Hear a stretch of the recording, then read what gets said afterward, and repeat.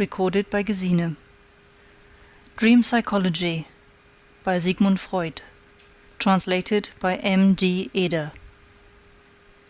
Chapter 4. Dream Analysis. Perhaps we shall now begin to suspect that dream interpretation is capable of giving us hints about the structure of our psychic apparatus, which we have thus far expected in vain from philosophy. We shall not, however, follow this track, but return to our original problem as soon as we have cleared up the subject of dream disfigurement. The question has arisen how dreams with disagreeable content can be analyzed as the fulfillment of wishes. We see now that this is possible in case dream disfigurement has taken place, in case the disagreeable content serves only as a disguise for what is wished. Keeping in mind our assumptions in regard to the two psychic instances, we may now proceed to say, disagreeable dreams, as a matter of fact, contain something which is disagreeable to the second instance, but which at the same time fulfills a wish of the first instance. They are wish dreams, in the sense that every dream originates in the first instance, while the second instance acts towards the dream only in repelling, not in a creative manner. If we limit ourselves to a consideration of what the second instance contributes to the dream, we can never understand the dream. If we do so, all the riddles which the authors have found in the dream remain unsolved. That the dream actually has a secret meaning, which turns out to be the fulfillment of a wish, must be proved afresh for every case by means of an analysis. I therefore select several dreams which have painful contents, and attempt an analysis of them. They are partly dreams of hysterical subjects, which require long preliminary statements, and now and then also an examination of the psychic processes which occur in hysteria. I cannot, however, avoid this added difficulty in the exposition. When I give a psychoneurotic patient analytic treatment, dreams are always, as I have said, the subject of our discussion. It must, therefore, give him all the psychological explanations, through whose aid I myself have come to an understanding of his symptoms, and here I undergo an unsparing criticism, which is perhaps not less keen than that I must expect from my colleagues. Contradiction of the thesis that all dreams are the fulfillments of wishes is raised by my patients with perfect regularity. Here are several examples of the dream material which is offered me to refute this position. You always tell me that the dream is a wish fulfilled, begins a clever lady patient. Now I shall tell you a dream in which the content is quite the opposite, in which a wish of mine is not fulfilled. How do you reconcile that with your theory? The dream is as follows. I want to give a supper, but having nothing at hand except some smoked salmon, I think of going marketing, but I remember that it is Sunday afternoon, when all the shops are closed. I next try to telephone to some caterers, but the telephone is out of order. Thus I must resign my wish to give a supper. I answer, of course, that only the analysis can decide the meaning of this dream, although I admit that at first sight it seems sensible and coherent, and looks like the opposite of a wish fulfillment.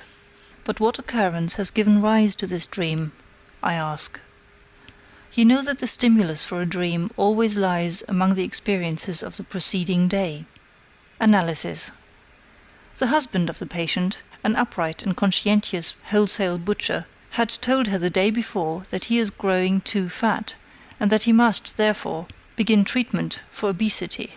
He was going to get up early, take exercise, keep to a strict diet, and above all accept no more invitations to suppers.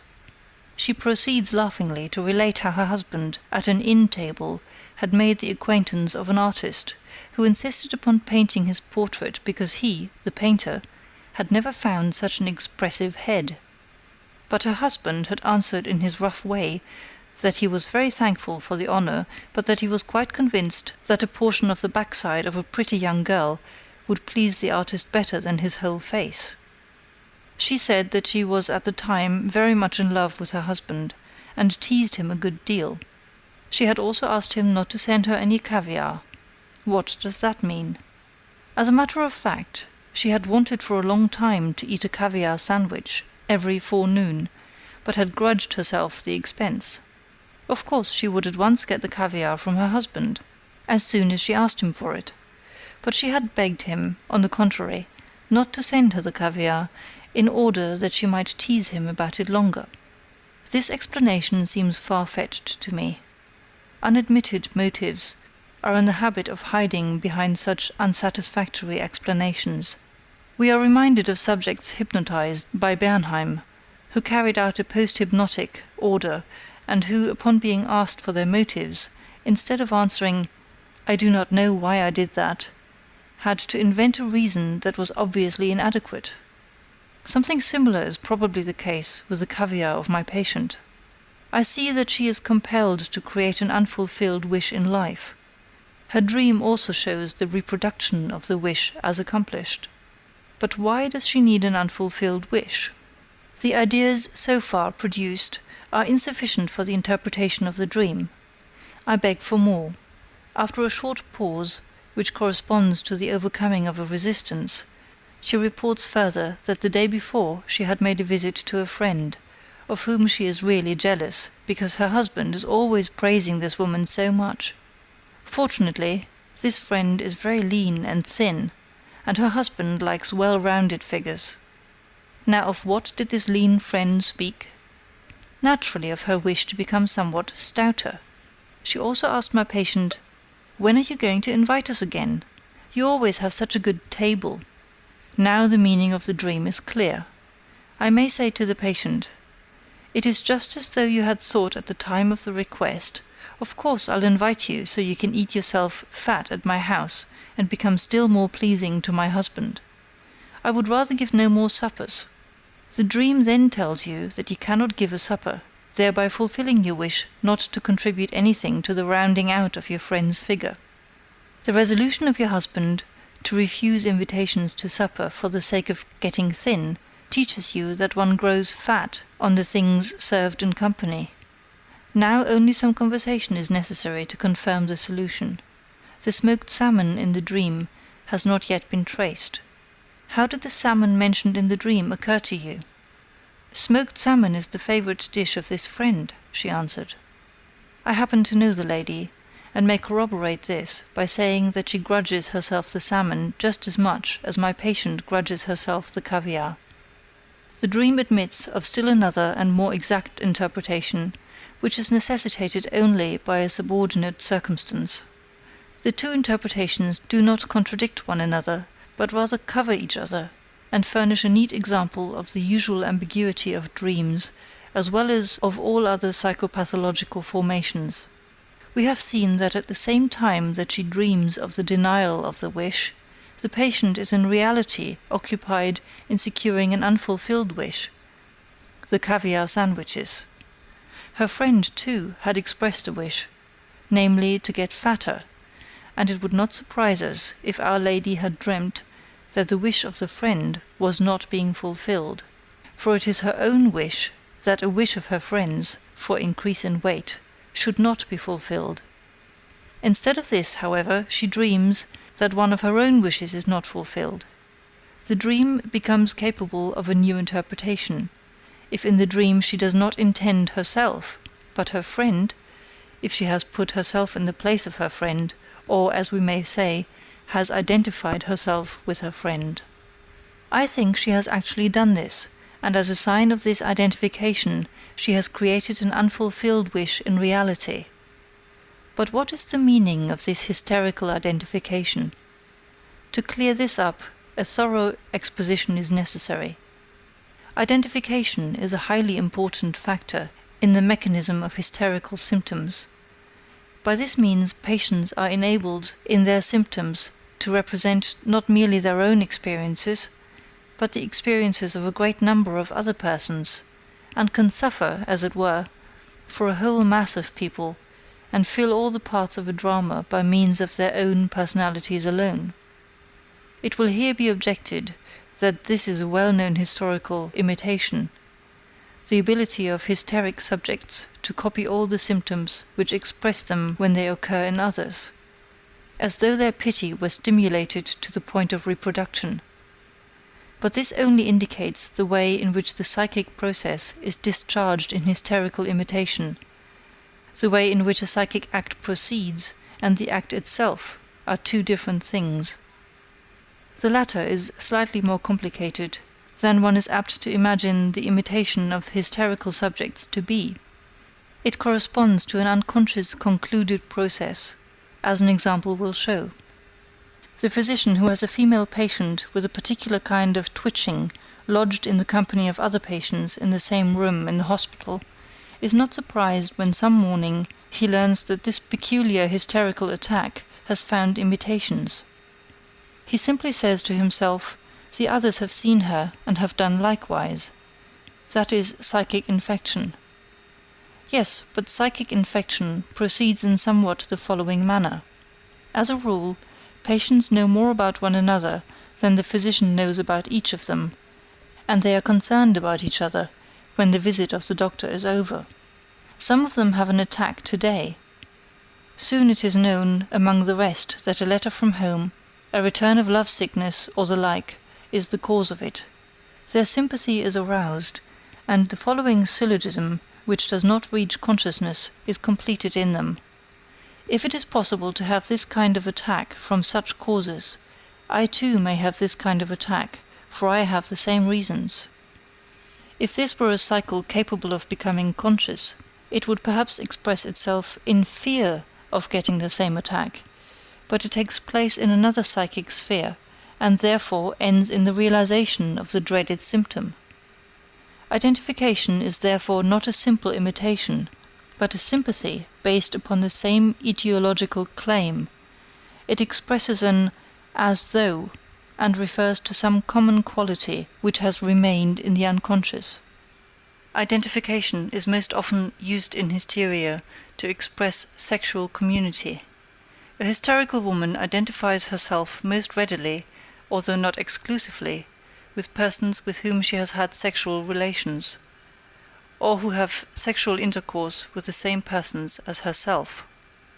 Language takes such a conception into consideration. Two lovers are one. In the hysterical fantasy, as well as in the dream, it is sufficient for the identification if one thinks of sexual relations, whether or not they become real. The patient, then, only follows the rules of the hysterical thought processes when she gives expression to her jealousy of her friend, which, moreover, she herself admits to be unjustified, in that she puts herself in her place, and identifies herself with her by creating a symptom, the denied wish. I might further clarify the process specifically as follows. She puts herself in the place of her friend in the dream, because her friend has taken her own place relation to her husband, and because she would like to take her friend's place in the esteem of her husband. Footnote 1. To sit for the painter. Goethe. And if he has no backside, how can the nobleman sit? End of footnote. Footnote 2. I myself regret the introduction of such passages from the psychopathology of hysteria, which, because of their fragmentary representation, and of being torn from all connection with the subject, cannot have a very enlightening influence. If these passages are capable of throwing light upon the intimate relations between the dream and the psychoneurosis, they have served the purpose for which I have taken them up. End of footnote. The contradiction to my theory of dreams, in the case of another female patient, the most witty among all my dreamers, was solved in a simpler manner, although according to the scheme that a non-fulfillment of one wish signifies the fulfillment of another. I had one day explained to her that the dream is a wish of fulfillment. The next day she brought me a dream to the effect that she was travelling with her mother-in-law to their common summer resort. Now I knew that she had struggled violently against spending the summer in the neighbourhood of her mother-in-law. I also knew that she had luckily avoided her mother-in-law by renting an estate in a far-distant country resort. Now the dream reversed this wished-for solution. was not this in the flattest contradiction to my theory of wish fulfillment in the dream? Certainly it was only necessary to draw the inferences from this dream in order to get at its interpretation. According to this dream, I was in the wrong. It was thus her wish that I should be in the wrong, and this wish the dream showed her as fulfilled. But the wish that I should be in the wrong, which was fulfilled in the theme of the country home, referred to a more serious matter. At the time that I had made up my mind, from this material furnished by her analysis, that something of significance for her illness must have occurred at a certain time in her life. At that time I had made up my mind, from the material furnished by her analysis, that something of significance for her illness must have occurred at a certain time in her life. She had denied it because it was not present in her memory. We soon came to see that I was in the right. Her wish that I should be in the wrong, which is transformed into the dream, thus corresponded to the justifiable wish that those things which at the time had only been suspected had never occurred at all. Without an analysis, and merely by means of an assumption, I took the liberty of interpreting a little occurrence in the case of a friend, who had been my colleague through the 8 classes of the gymnasium. He once heard a lecture of mine delivered to a small assemblage, on the novel subject of the dream as the fulfillment of a wish. He went home, dreamt that he had lost all his suits (he was a lawyer), and then complained to me about it. I took refuge in the evasion. One can't win all one's suits, but I thought to myself, if for 8 years I sat as primus on the first bench, while he moved around somewhere in the middle of the class, may he not naturally have had a wish from his boyhood days that I, too, might for once completely disgrace myself? In the same way another dream of a more gloomy character was offered me by a female patient, as a contradiction to my theory of the wish dream. The patient, a young girl, began as follows.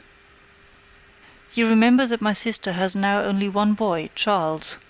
She lost the elder one, Otto, while I was still at her house. Otto was my favorite. It was I who really brought him up. I like the other little fellow too, but of course not nearly as much as the dead one. Now I dreamt last night that I saw Charles lying dead before me. He was lying in his little coffin, his hands folded. There were candles all about, and in short, it was just like the time of little Otto's death, which shocked me so profoundly. Now tell me, what does this mean?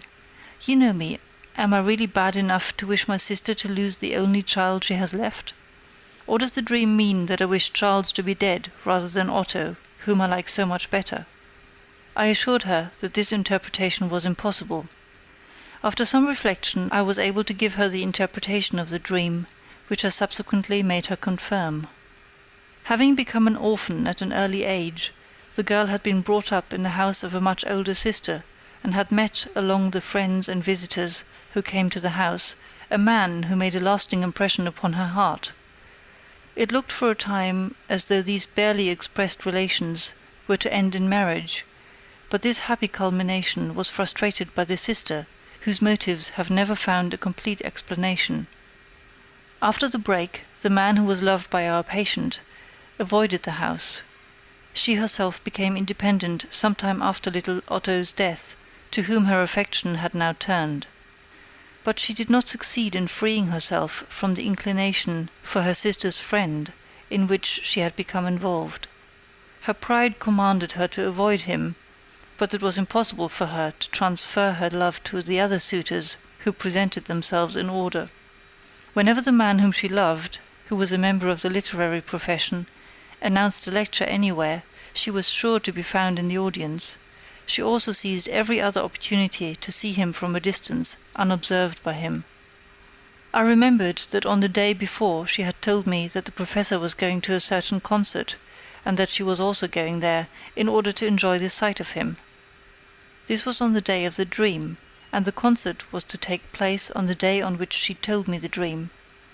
I could now easily see the correct interpretation, and I asked her whether she could think of any event which had happened after the death of little Otto. She answered immediately, "Certainly, at the time the professor returned after a long absence, and I saw him once more beside the coffin of little Otto. It was exactly as I had expected. I interpreted the dream in the following manner.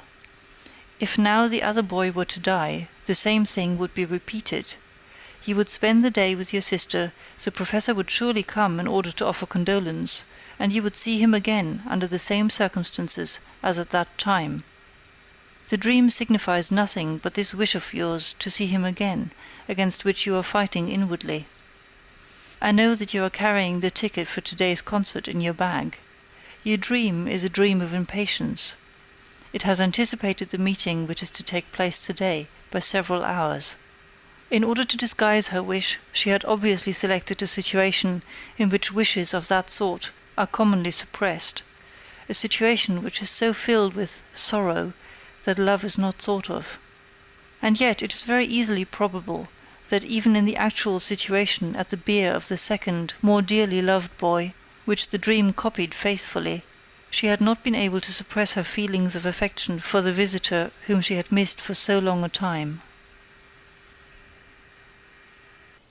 A different explanation was found in the case of a similar dream of another female patient who was distinguished in her earlier years by her quick wit and her cheerful demeanours, and who still showed these qualities, at least in the notion which occurred to her in the course of treatment. In connection with a longer dream, it seemed to this lady that she saw her 15-year-old daughter lying dead before her in a box. She was strongly inclined to convert this dream image into an objection to the theory of wish fulfillment, but herself suspected that the detail of the box must lead to a different conception of the dream. Footnote: something like the smoked salmon in the dream of the deferred supper. End of footnote. In the course of the analysis, it occurred to her that on the evening before, the conversation of the company had turned upon the English word box, and upon the numerous translations of it into German, such as box, theatre box, chest, box on the ear, etc. From other components of the same dream, it is now possible to add that the lady had guessed the relationship between the English word box and the German Büchse, and had then been haunted by the memory that Büchse, as well as box, is used in vulgar speech to designate the female genital organ. It was therefore possible, making a certain allowance for her notions on the subject of topographical anatomy, to assume that the child in the box signified a child in the womb of the mother. At this stage of the explanation she no longer denied that the picture of the dream really corresponded to one of her wishes. Like so many other young women, she was by no means happy when she became pregnant, and admitted to me more than once the wish that her child might die before its birth. In a fit of anger following a violent scene with her husband, she had even struck her abdomen with her fists in order to hit the child within. The dead child was, therefore, really a fulfillment of a wish, but a wish which had been put aside for 15 years, and it is not surprising that the fulfillment of the wish was no longer recognized after so long an interval, for there had been many changes meanwhile. The group of dreams to which the two last mentioned belong, having as content the death of beloved relatives, will be considered again under the head of typical dreams. I shall there be able to show by new examples that in spite of their undesirable content, all these dreams must be interpreted as wish fulfillments. In the following dream, which again was told me in order to deter me from a hasty generalization of the theory of wishing in dreams, I am indebted not to a patient, but to an intelligent jurist of my acquaintance. I dream, my informant tells me, that I am walking in front of my house with a lady on my arm. Here a closed wagon is waiting, a gentleman steps up to me, gives his authority as an agent of the police, and demands that I should follow him. I only ask for time in which to arrange my affairs. Can you possibly suppose this is a wish of mine to be arrested? Of course not, I must admit. Do you happen to know upon which charge you were arrested? Yes, I believe for infanticide. Infanticide? But you know that only a mother can commit this crime upon her newly born child. That is true. Footnote. It often happens that a dream is told incompletely, and that a recollection of the omitted portions appear only in the course of the analysis. These portions subsequently fitted in regularly furnish the key to the interpretation. Compare below about forgetting in dreams. End of footnote. And under what circumstances did you dream? What happened on the evening before? I would rather not tell you that, it's a delicate matter. But I must have it, otherwise we must forego the interpretation of the dream. Well then, I will tell you. I spent the night not at home, but at the house of a lady who means very much to me. When we awoke in the morning, something again passed between us. Then I went to sleep again and dreamt what I have told you. The woman is married? Yes. And you do not wish her to conceive a child? No, that might betray us. Then you do not practice normal coitus? I'd take the precaution to withdraw before ejaculation. Am I permitted to assume that you did this trick several times during the night, and that in the morning you were not quite sure whether you had succeeded? That might be the case. Then your dream is the fulfillment of a wish. By means of it, you secure the assurance that you have not begotten a child, or, what amounts to the same thing, that you have killed a child. I can easily demonstrate the connecting links. Do you remember, a few days ago, we were talking about the distress of matrimony, Ehenot, and about the inconsistency of permitting the practice of coitus as long as no impregnation takes place, while every delinquency, after the ovum and the semen meet and the fetus is formed, is punished as a crime. In connection with this, we also recalled the medieval controversy about the moment of time at which the soul is really lodged in the fetus, since the concept of murder becomes admissible only from that point on. Doubtless you also know the gruesome poem by Lenau, which puts infanticide and the prevention of children on the same plane. Strangely enough, I had happened to think of Lenau during the afternoon. Another echo of your dream.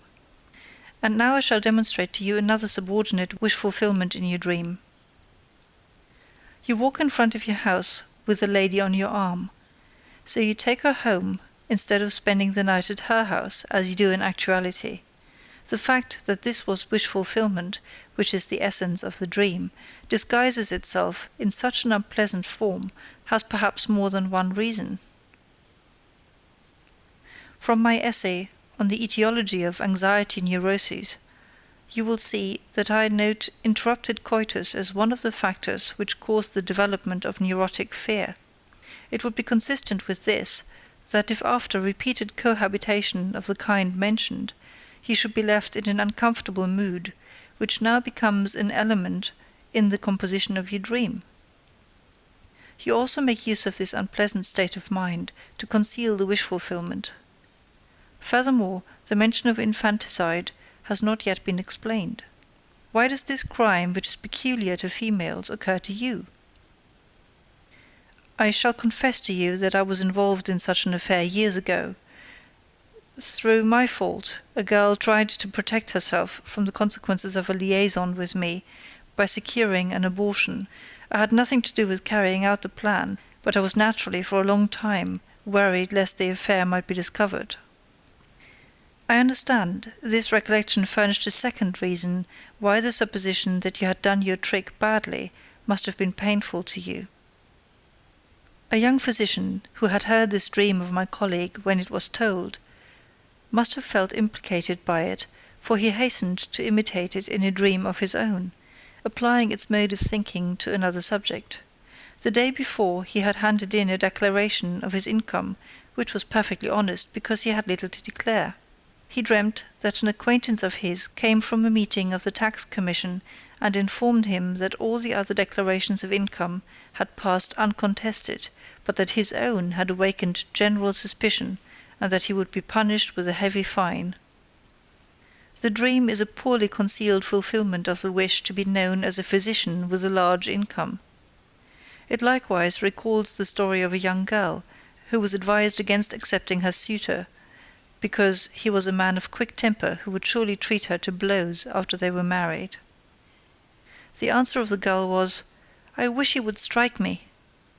Her wish to be married is so strong that she takes into the bargain the discomfort which is said to be connected with matrimony, and which is predicted for her, and even raises it to a wish. If I group the very frequently occurring dreams of this sort, which seem flatly to contradict my theory, in that they contain the denial of a wish or some occurrence decidedly unwished for, under the head of counter-wish dreams, I observe that they may all be referred to two principles, of which one has not yet been mentioned, although it plays a large part in the dreams of human beings. One of the motives inspiring these dreams is the wish that I should appear in the wrong.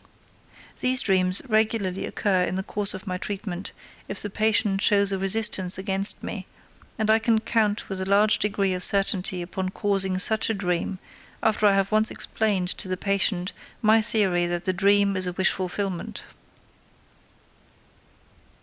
Footnote: similar counter-wish dreams have been repeatedly reported to me within the last few years by my pupils, who thus reacted to their first encounter with the wish theory of the dream. End of footnote. I may even expect this to be the case in a dream merely in order to fulfill the wish that I may appear in the wrong. The last dream which I shall tell from those occurring in the course of treatment again shows this very thing. A young girl who has struggled hard to continue my treatment, against the will of her relatives and the authorities whom she had consulted, dreams as follows. She is forbidden at home to come to me any more. She then reminds me of the promise I made her to treat her for nothing, if necessary, and I say to her, "I can show no consideration in money matters." It is not at all easy in this case to demonstrate the fulfillment of a wish, but in all cases of this kind there is a second problem, the solution of which helps also to solve the first. Where does she get the words which she puts into my mouth? Of course I have never told her anything like that, but one of her brothers, the very one who has the greatest influence over her, has been kind enough to make this remark about me.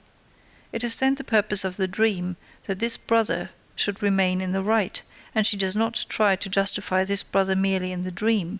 It is her purpose in life and the motive for her being ill.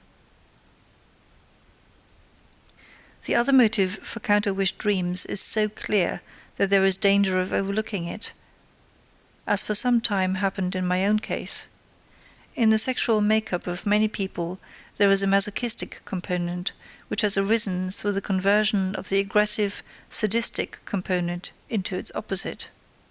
Such people are called ideal masochists, if they seek pleasure not in the bodily pain which may be inflicted upon them, but in humiliation and in chastisement of the soul. It is obvious that such persons can have counter-wish dreams and disagreeable dreams, which, however, for them are nothing but wish fulfillment, affording satisfaction for their masochistic inclinations. Here is such a dream. A young man who has in earlier years tormented his older brother, towards whom he was homosexually inclined, but who had undergone a complete change of character, has the following dream, which consists of 3 parts. 1. He is insulted by his brother. 2. Two adults are caressing each other with homosexual intentions. 3. His brother has sold the enterprise whose management the young man reserved for his own future. He awakens from the last-mentioned dream with the most unpleasant feelings, and yet it is a masochistic wish-dream, which might be translated: "It would serve me quite right if my brother were to make that sale against my interest, as a punishment for all the torments which he has suffered at my hands."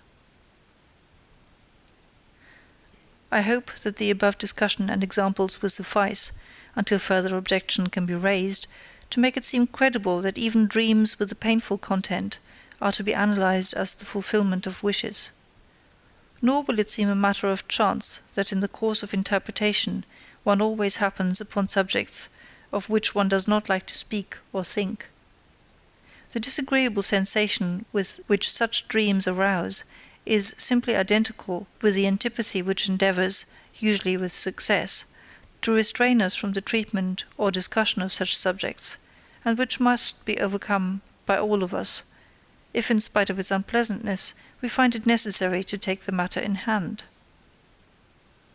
But this disagreeable sensation, which occurs also in dreams, does not preclude the existence of a wish.